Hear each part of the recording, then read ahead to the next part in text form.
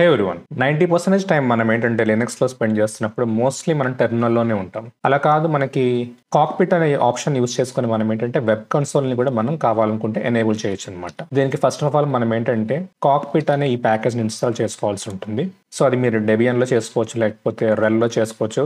Works in both distros. తర్వాత next వచ్చేసి SYSTM system CTL enable ఈ కాక్పిట్ డాట్ సాకెట్ అనే ఈ పర్టికులర్ సర్వీస్ని మనం ఏంటంటే ఎనేబుల్ చేయాల్సి వస్తుంది అనమాట. ఆఫ్టర్ దట్ మనం ఏదైనా వెబ్ కన్సోల్లోకి వెళ్ళి మన సర్వర్ యొక్క IP, in my case 192.168.1.30/9090 accept the risk and continue.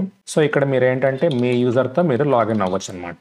So ఇక్కడ మీకు ఏంటంటే టోటల్ సెట్టింగ్స్ అన్నీ ఉంటాయి. అలా కాదు, మీ లాగ్స్ చెక్ చేసుకోవాలనుకుంటే లాగ్స్ ఉంటాయి. మీరు నెట్వర్కింగ్ అంటే ఫైర్ వాల్ని లేకపోతే బ్రిడ్జ్ని క్రియేట్ చేయాలి, ల్యాన్ని క్రియేట్ చేయాలి, ఎవ్రీథింగ్ ఇక్కడ ఉంటాయి అనమాట. సో ఎప్పుడు అలా బోరింగ్ టెర్మినల్ని చూడడం ఇష్టం లేని వాళ్ళని కావాలనుకుంటే వెబ్ కన్సోల్స్ని ట్రై చేయొచ్చు అనమాట. Hope it helps.